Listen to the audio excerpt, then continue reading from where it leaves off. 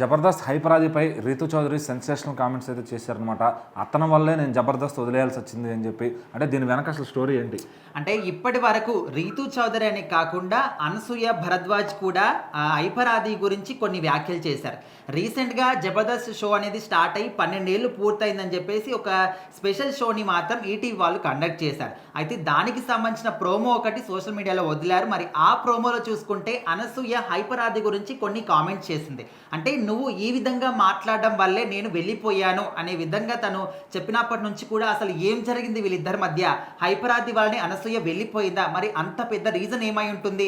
నార్మల్గా ఆయన మాట్లాడే మాటలు కూడా అందరి మీద, అంటే ముఖ్యంగా ఆడవాళ్ళ మీద సెటైర్లు వేసే విధంగా డబుల్ మీనింగ్ మాటలు కానీ, సో ఆ విధంగా కామెడీ పండించాలని కూడా చూస్తూ ఉంటారు. కానీ అవి సర్వసాధారణంగా వాళ్ళు తీసుకుంటారు. కానీ మరి తను షోని వదిలిపెట్టి వెళ్ళేంత ఆది ఏం మాట్లాడాడు అని చెప్పేసి కూడా చాలా మంది ఫుల్ ఎపిసోడ్ కోసం అయితే వెయిట్ చేస్తారు. సో సరిగ్గా ఈ క్రమంలోనే రీతు చౌదరి కూడా హైపరాది మీద కొన్ని కామెంట్ చేసింది.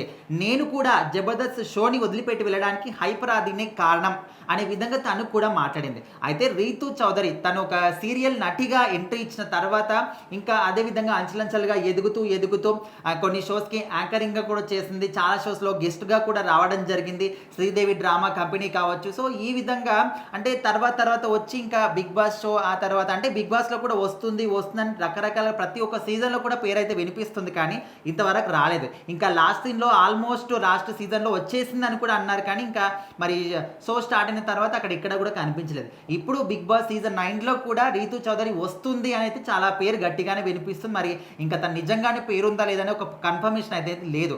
అయితే ఇప్పుడు చూసుకుంటే తను జబర్దస్త్లో కూడా మంచిగా ఒక స్కిట్ చేసినప్పటికీ ఆ స్కిట్కి మంచి ఆదరణ వచ్చిందని చెప్పేసి ఇంకా మళ్ళీ అందరూ కూడా స్కిట్లలో వాడుకోవడం కానీ ఈ విధంగా చేశారు. మరి ఆ షోని కూడా ఎందుకు మానేసింది? ప్రజెంట్ అయితే ఓన్లీ ఇన్స్టాగ్రామ్లో రీల్స్ చేసుకుంటూనే తను కాలనైతే గడిపేస్తున్నారు. మరి ఎందుకు మానేసింది అంటే హైపరాది షోని వదిలిపెట్టి వెళ్ళిపోవడం వల్లనే నేను కూడా వెళ్ళిపోయాను, ఆయన లేనప్పుడు నేను కూడా ఎందుకు ఉండాలి అనే విధంగా కూడా తను అడగడం జరిగింది అనమాట. అంటే ఆది గారి టీంలో అయితే నేను చేస్తాను, ఆయన పక్కన అయితేనే బాగా కామెడీ పండుతుంది అనే విధంగా తను ఇండైరెక్ట్గా చెప్పడం జరిగింది.